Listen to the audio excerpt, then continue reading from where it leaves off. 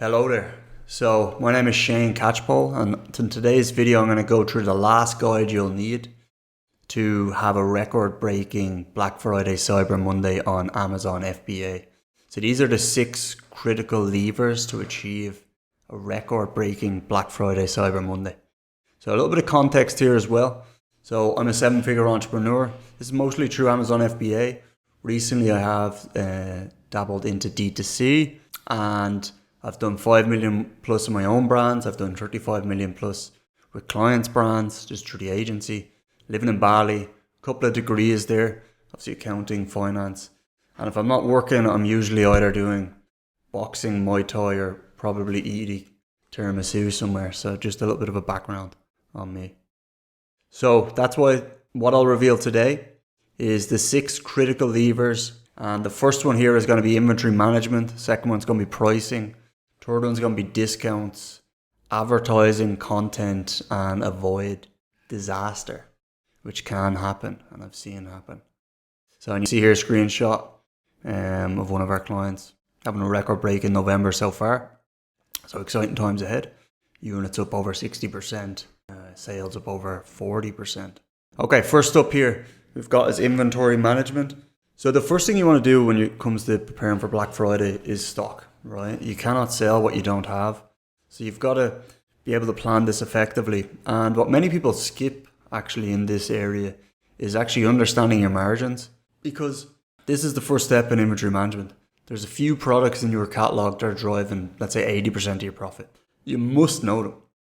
And many people don't. I didn't know them before.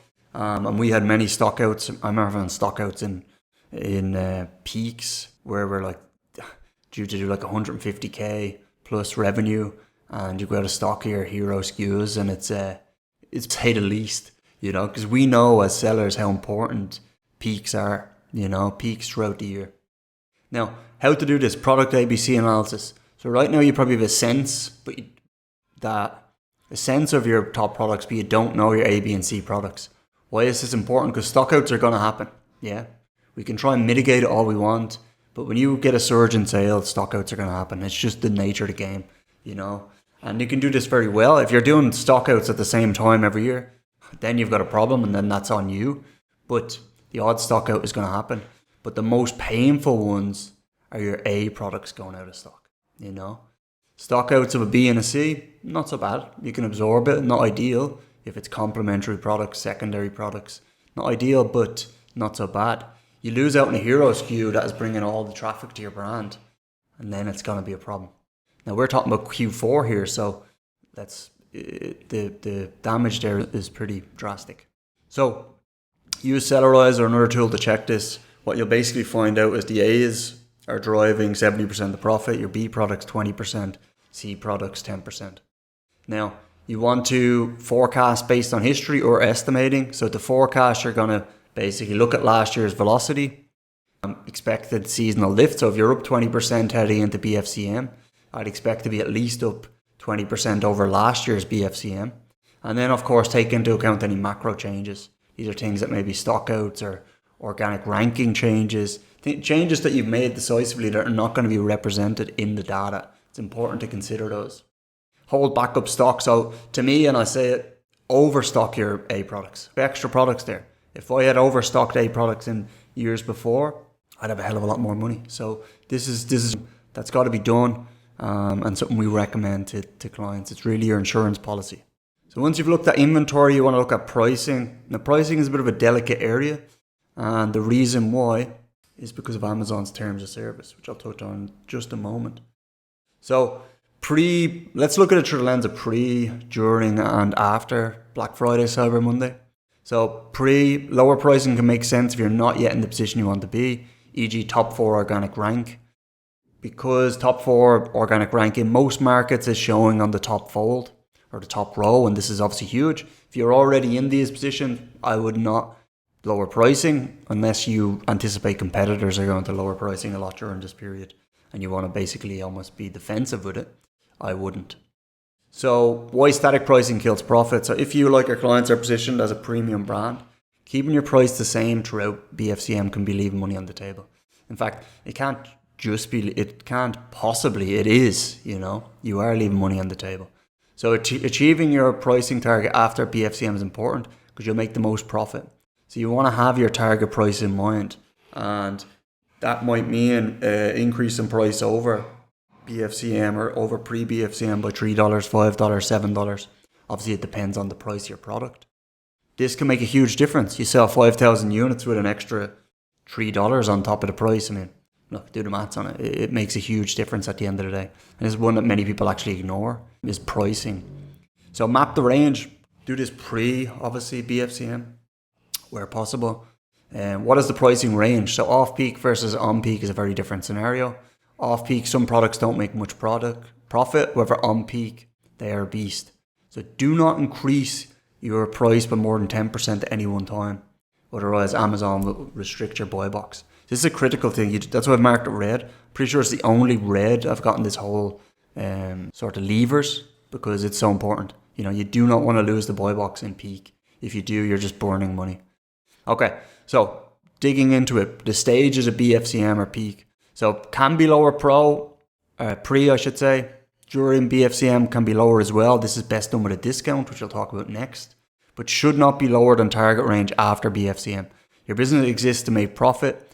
Do not fall into the trap of chasing sales like I see so many people do. So, for example, if target price is $59.99, you might be you'll do a sale or a discount of some form down to $50.99, and then it goes back up to $59.99. So this is the way it could work. Discounts, so very important. To discount or not to discount. Well, this is different in every scenario, and there's a few caveats here. So you want to consider things like, do you have sufficient stock? I've had situations where clients have come to me and they're way overstocked and they need to move units, and obviously the perfect time to do it is during peak. So this would be a sure discount versus if you just have enough stock for the whole period. If you're more efficient with your stock. So how are your margins? Do you have margins to do a discount? Is there new competition that you want to protect against? How's your product positioned in the market? Are you a premium product? Do you run discounts regularly? These are all things that come into it.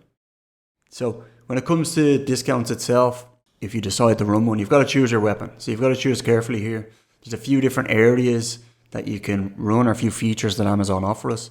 The first one being deals. So these are like the lightning deals, and you do need to be invited to run these deals. They're usually drastic discounts, and they're usually crazy. But you have to pay money for them. It can be, I think, up to for a lightning deal. So high volume SKUs. Amazon will invite you though, so you can't just select your SKU and go in and do a lightning deal. You have to be invited. Amazon obviously take into criteria in terms of product reviews, in terms of quality, refunds, etc. when they do invite you. So something to consider if you are invited. The next one is an easy one, that's coupons. So coupons, basically you're not paying anything up front. So this is quite easy. This is something that could be used very well pre-BFCM, during BFCM even, and after BFCM. But very easy to run. You can set your discount anywhere from 5 to 25%. Actually, maybe it's more as well. I don't think we've ran a 30% or more coupon, but maybe possible. So coupons, very easy to run. And it shows up in search too. So you're going to see the coupon, which is usually in green as far as what it looks like in search results. So it can increase click-through rate, or click-through rate will increase conversion rate. So good stuff there. The next one is price discounts. And these are prime exclusive discounts. Now these have an even higher CTR and an even higher CVR. And the reason why is because these show in red on the search results. They show in red on the listing. And these are Amazon's prime discounts. So they really like them. Now, what's the caveat here? Well, the caveat here is you to pay up front. For the discount, it might be $250, I think, last time I checked, to run one of these. And you need to do at least 20%. So again, if you're going to run a 20% discount, particularly over BFCM, then this is the one I would use because it's going to look great and it's going to get the highest CTR and CVR. Now, Amazon tries to encourage you to run it before it as well. So I think the 12 days before it, but setting it up during it can also work, and is one where you can get that nice red badge across your listing, which is going to increase the click-through rate and conversion rate and make things super potent during this period. So promotions are not used so much. They're more about codes you're creating And also like buy one get one free. Not so common, and they don't show up in the search results. So this is more like if you had a list and you wanted to give them a promotional code, this is where you would go. Brand tailored promotions, these are like segments of your brand, people that follow your brand, people that have purchased from you before, people that have added your product to cart and then abandoned it. These will not drive, this is kind of incremental, this does not drive a lot of sales. You know, it's segmenting what is already there. So to me, it's one that can work quite well as far as ACOS and stuff. But during Christmas, you want to basically target a lot more than just segments. So to me, this is one to be ignored during peak. You might already have it set up, but to me, like, I just want to keep it simple with the discounts. I don't want to have like multiple concurrent discounts running at the same time. It gets a little bit confusing. So to me, what makes sense here is coupons before. Maybe you run a 5% coupon pre if you need to. If not, don't. Your price could come down a little bit, but coupons is a good way to do it too. And then during BFCM, you can run 20% Prime exclusive discount. Gonna look great. Gonna get great volume and sales. And then after, you could run a coupon as well. Maybe run 5% kind of just to gradually reduce the discount as opposed to just jolting it away. So this is something that can work really well. What we're doing for some of our clients that capture great volume over BFCM. So out to time discount. So I just talked a little bit about the timing there, but factors dependent. If you want to maximize sales, you run on small. So I just mentioned that there. Pre-BFCM, bigger discount during, and then drop the discount again, and then 5%. Okay, so this works well. Obviously, there's some certain situations where people are running discounts all the time. Maybe this is not peak related, but I think this is a problem in itself because you're very discount dependent, and this is a bad sign. So if you have to run them all the time, that's not going to be good. You're very price sensitive in the market, and something that, as it says here, discounts are a lever, but they're not a crutch. Okay, A10 algorithm optimization. So even those are like, oh, the margin, the stock. Let's be real here a second. During Black Friday, Cyber Monday, Amazon heavily rewards velocity, sales velocity. Your competitors will, well, if they're good, your competitors will attempt to outrank you with aggressive discounts. You've got to plan accordingly. So if you want to have a record, if you have sufficient, let's say, stock margins, there's some new competition there, your position premium, you'd probably not run too many discounts. What I would recommend carte blanche is like to run the example up above here, you know, pre do 5%, then do 20%, do 5% again after. I think that can work very well. If I want to advise someone how to have a record Q4 and peak, that's what I would do. You know, that's how I would do it. Momentum builds, and then you capture all that. So advertising, the big one. So again, let's have a look at the 3 stages here. So if you have organic gains to be made, so pre-BFCM game plan, if you have organic gains to be made, use advertising to make progress now. Use top of search multiplier 2 to increase conversion rates. So obviously setting top of search is a strategy that can be used or is used throughout the year, but particularly important obviously at BFCM because it is a juicing your conversion rate on your product. And even a small conversion rate boost can be enough to move up an organic ranking. Amazon heavily weights conversion rate, which makes a lot of sense. So use strategic bids, increases to make gains in select markets where momentum is important. So obviously you can do this in top markets particularly. And you can use discounts as well. So you couple up a few of these together and your pre-BFCM game plan is going to be really strong. During BFCM, so make sure your top of search is at the right level for your campaigns. If you're top of your market, 40% plus can be good. So these are your most important markets. You want to make sure you're tapping into top of search because as I said, the conversions are really good. And ultimately, otherwise your competitors will get it. So bids will increase. You need to be monitoring this. Obviously look in Campaign Manager and see what the top of search is or use your ads tool, whatever you're using. So 40% can be good, particularly for top markets to make sure you're really hitting it. 20 to 40% can be a middle ground. And anything lower than 20%, you're just trying to capture some profit. I'm assuming this is not a priority market for you. You're not fully committed to it if you're below 20%. Because someone else is basically getting 80% of that top of search. So next we've got here's post BFCM profit mode. So switch from acquiring customers and building velocity to profit harvesting. So pricing moves up. This might be through your discount coming off, not necessarily actually moving pricing up. Cut wasted spend, discounts reduced or off. The afterglow of your BFCM sale will benefit you over the coming weeks. So big one here, you want to switch to this mode after it. The BFCM was great, but in many cases the sales will sustain right up until, let's say, the 20th or the 21st of this year, I think. I believe the 21st is a Sunday. So I think this year it will basically be a lot of volume right up until that date. So, which is good. Sometimes it can be a little bit earlier than that, as in the Sunday falls on, I don't know, a little bit earlier. So I think that is good. Signal versus noise in real time. So analysis, window during peak can be shorter.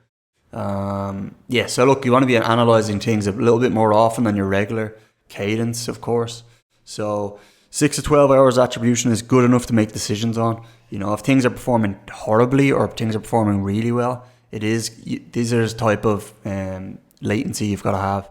You can't be leaving like 5 or 6 days. It's just not going to be good. It's going to be really bad, actually. So you need to be looking at this quite regularly to make decisions. Of course, attribution can change up to like, let's say 3, 4, 5 days after. So keep an eye on the overall performance as well, because these will usually it's not changed by too much unless there's a glitch or something. But usually everything is good. So 6 to 12 hours, you're literally looking at it. So you're looking at this daily or throughout the day to see what's working, what's not working.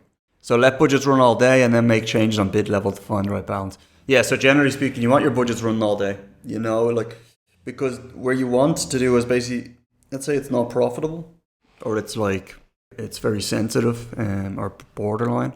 What I would do is reduce bids and therefore the CPCs are lower, but then obviously you have more budget to go longer in the day. This is the way to do it. And remember, the biggest wins happen before BFCM, not during it. So if you're watching this video now with a view to BFCM, let's have a look at some of the things, be looking at your top markets and be really planning ahead of time. Of course, the wins are gathered during it, but they're already planned out pre-BFCM. So 202 here, so this is a little bit more nuanced here or a bit more advanced. Okay, so peak markets. It's very normal for search terms that do not profit off peak to become very profitable during this period and very good at driving traffic. So I see a lot of people missing this. These are terms that are maybe higher volume perhaps and are not possible off peak. So maybe the ACOS is too high, they're just not profitable, you can't get any momentum. During peak, the conversion rate goes up much and the click-through rate goes up. And with that, you can actually be quite profitable, and you can also double your traffic basically.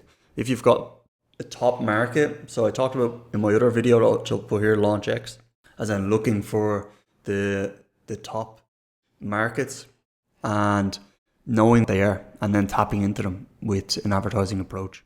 So the next one we've got here is tiered advertising, route optimization. So we implement tiers for mature products. And that will be tier 1, tier 2, tier 3 with mature products for these exact moments. This is to signify importance. So there's a few different ways. Some people, you can do it by route as well. But I'm going to zoom in on this image here and show you what I mean. So what do the tiers mean basically? Well, tier 1 is something where is your most important markets, right? These are the ones that are driving, let's say 80% of the sales, 80% of the profit, or somewhere in that direction. And these are where you want to be putting most of your time. You want to be making sure you're capturing all that momentum and peak. Now, when it comes to tier 2, these are going to be paid, obviously, mostly paid ads. It can have some organic in here too, but you want to be making sure that the ACOS is where it needs to be on these, because with the top one, you're getting organic and paid. So if you're running, let's say you're running at ACOS, but you're getting 50% organic sales, your true TACOS on these is like 20%, you know, which can be good during peak. It can be good. Now, the next one here is the ones maybe you might not have organic. So the ACOS needs to be a little bit, let's say you have no organic to be extreme. You have no organic ranking. 40% ACOS is going to be 40% ad cost overall. That is like a 40% TACOS, you know. So there's considerations here. And then tier 3 is going to be all paid. So basically you will want to have a low ACOS on this because there's just no organic at all. There's no strategic importance here other than to make profit. The next one here we've got is what we'll do for peak markets, which will be a TXR. And a TXR is basically penetrating higher volume markets usually. So these, as I said, there's markets that won't perform off peak, they perform on peak. Let's set these up in a specific campaign. This is the sort of investment into new markets that will work during peak, and we just call it TXR. So I hope that makes sense. I might create a video on these here. But that is the most important as far as the keywords and these here. The absolute most important. Okay, so coming out here, we'll go to the next slide. So content number 5 here. So pre-BFCM. Look, you got to have your content set up by November 1st. If you are still changing around content coming into peak, you're going to have an issue, or you're opening yourself up for trouble. Obviously, the buyer intent is there and you're signaling. A lot of people are adding to cart in November. They might not be purchasing early November, but they're adding to cart. So you're basically competing in that way. So your content, Xmas content should be upgraded, the giftability side, already by the start of November, at least if you're doing it the right way. So buyer psychology for listing. So you want to check the box in the customer's head that your product is a giftable product this Christmas. You might already know it's giftable by search volume or by sales volume increasing during this time. So clearly it is, but you got to point this out in your listing as well. Adding a Christmas image in the image stack or A+ is a great idea. Buyer psychology for store sponsored brands. So keep your store very simple. Add a gift guide pointing out your best sellers at Christmas, so buyers feel safe purchasing a product as a gift. Okay, if they want to be, if you're sending traffic to your store with sponsored brands, you want them to feel good about their purchase. There's no good having the Xmas and the gifting on your product listing if it's not on their store as well. You know, because you're looking for them to actually add the cart on the store. These are considerations. Next one, your sponsor brand creative. So create new sponsor brands ads with Xmas creative. Split test CTR. Don't take it for granted it will have a higher CTR. So I've seen this before as well. So if you're running, let's say Xmas creative, test it, run them concurrently, see which is having a higher CTR. And I think no matter what ads you're running, it's very important to have that consistency. So you need to have consistency from, let's say you've got a tagline, you've got creative on the sponsor brands ad, then they get to the store, they see something completely different. And then they might go to the listing and they see something completely different again, a whole different brand visual, or let's say different taglines or different, or maybe they see no Xmas content. It's not going to add up, and that's about authenticity. You know, you've got to make it add up from ad to store to product display page. It's got to be consistent for at least to get the highest conversions. So review CTR, CVRs, your top markets. So these metrics will jump massively, in many cases 50% plus. So check this to green light further strengthening of ads. Yeah, ACOS may come down, conversions go up, CTRs go up. Is there room to tap more into top of search? Again, you've got to look at the sweet spot here, but you're ultimately because you want to chase profit, not sales. So if there's an opportunity to move further in, have more of a presence or more of a visibility, and it's going to make you just more profit, fantastic. If you increase it and it doesn't make you more profit, obviously that's not the sweet spot. So you can reduce it back down. So these are the kind of cadences you need to have at peak, because you need to be making these changes on the fly. Okay, avoid disasters. Okay, so very simple here. Do not F this up. So Amazon is Amazon. If you've been selling on Amazon for any amount of time, like you should know at this point, but I'll say it anyway. Do not make big changes to your account or listing, such as variations, node changes, payment methods, business addresses, new marketplace expansion. Like, do not do any of it, because it will screw something up. It literally will. It'll be something that happens in the middle of the night. And again, you lose 12 hours of peak sales. That's a disaster. So don't make any changes like this. Don't add lots of new, like if you add a listing, I've seen situations where you add a listing in Canada or Europe, and then when you change the images, it will change. If you use the same SKU, it will change the images in the existing marketplace, remote fulfillment and stuff. So just avoid it, all right? Don't do it. Knowing how to navigate. Image stack changes are sometimes sticky. Do these well before, so 2+ weeks out, yes. A+ content is easier to update without issues. Yeah, we've seen that. So obviously, image stack sometimes gets a bit locked on Amazon's system. But the A+ content is generally pretty good for upgrading. I think they have obviously the different processing getting that approved. So if you're going to update something, last minute A+ is generally easier. Image stack can work again, but I don't like making changes too close to the BFCM. So ads, of course, no problem to change during these periods. This is obviously a focus area, ads, during the BFCM and the subsequent period. So no issues there. But have a good idea what you're going into, what your plan is going into it. So you're going to have an itchy finger to make changes, but in most cases, this will result in issues. Just follow your plan. And items best left for January. So again, just kind of re-emphasizing this, like brand changes, major price testing, redesigns, experiments, targeting new markets. All of this good stuff should wait till January, because you're going to capture BFCM that way and peak Q4. So I'll give a BFCM checklist here. So BFCM checklist, recommended practices. So if you're doing under $1 million a year and your volume is spread amongst your SKUs, okay, then you check this twice a day is fine, or have someone check it twice a day. If you're doing over $1 million a year, 3 or more checks per day is good. And what you want to be looking at is your account health.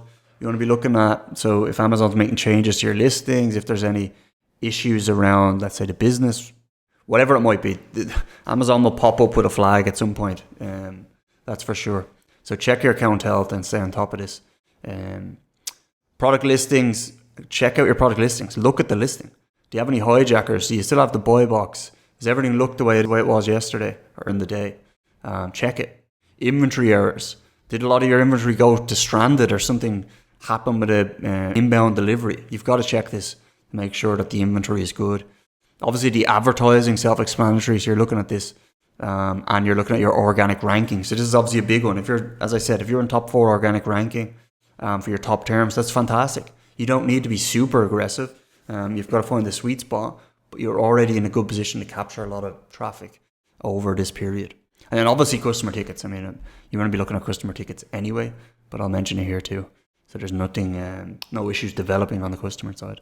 So if a SKU is over 70% of your profit, check it for, look, just check it a lot. Basically, if you're heavily dependent on one SKU, I know the feeling it is, you just need to check it because you can't take it for granted that everything's going to be fine. So here's action items. Inventory review. So review prior sales data for sales velocity, stockouts and promotions ran. Make sure you picked out your high margin products. Use ABC. Note anything significant. Yeah, so obviously if you've got a lot of stock of one SKU, it makes sense to, and it's a good SKU, a good conversion rate on it, it makes sense to focus on that with a lot of discounts or deals. Do you know what I mean? Versus if you've got very low inventory, or God forbid, if you run out of inventory at peak, or you can see that you're going to run out, turn down the ads. Just take all of it organic. If it's going to be maintained, you have to obviously level it down bit by bit. But there's no point paying for the traffic if you're going to run out of stock. So I would just switch ads and focus to another SKU and then cross-sell that one until it runs out, basically capturing all as profit.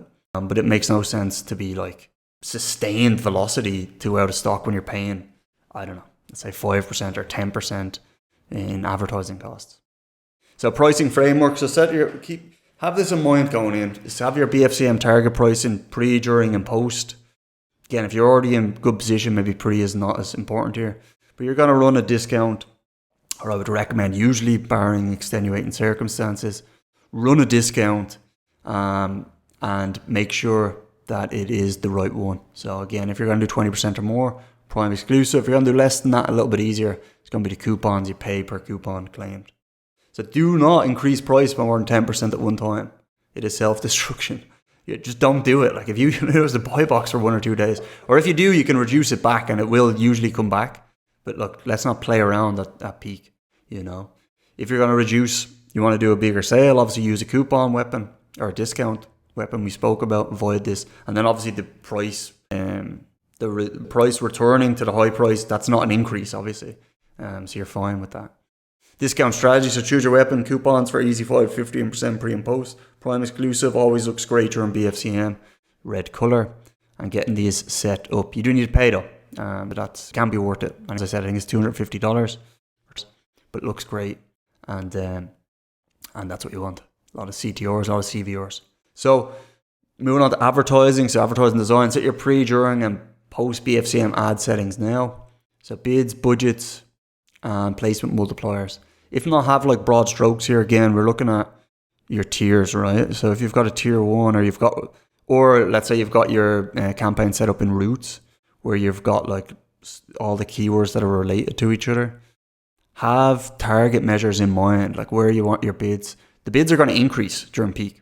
So you've got to be watching this. If your visibility goes down because competitors are like surging bids, you're going to have to be watching this to keep up, you know, or to match, or to at least stay in the picture, you know. Budgets, again, you want to make sure obviously you're increasing budgets. If you don't increase your budgets, then you're going to run out of ads earlier in the day. So you want to make sure that all the metrics are looking good on this, you know. Budgets will increase 2, 3, 4x potentially. And you've got to be strategic in how you manage this, because otherwise it can get out of control as well. You don't want to increase budgets on everything infinitely, because Amazon are going to take your ad money, that's for sure. And placements multipliers, so use these strategically as well.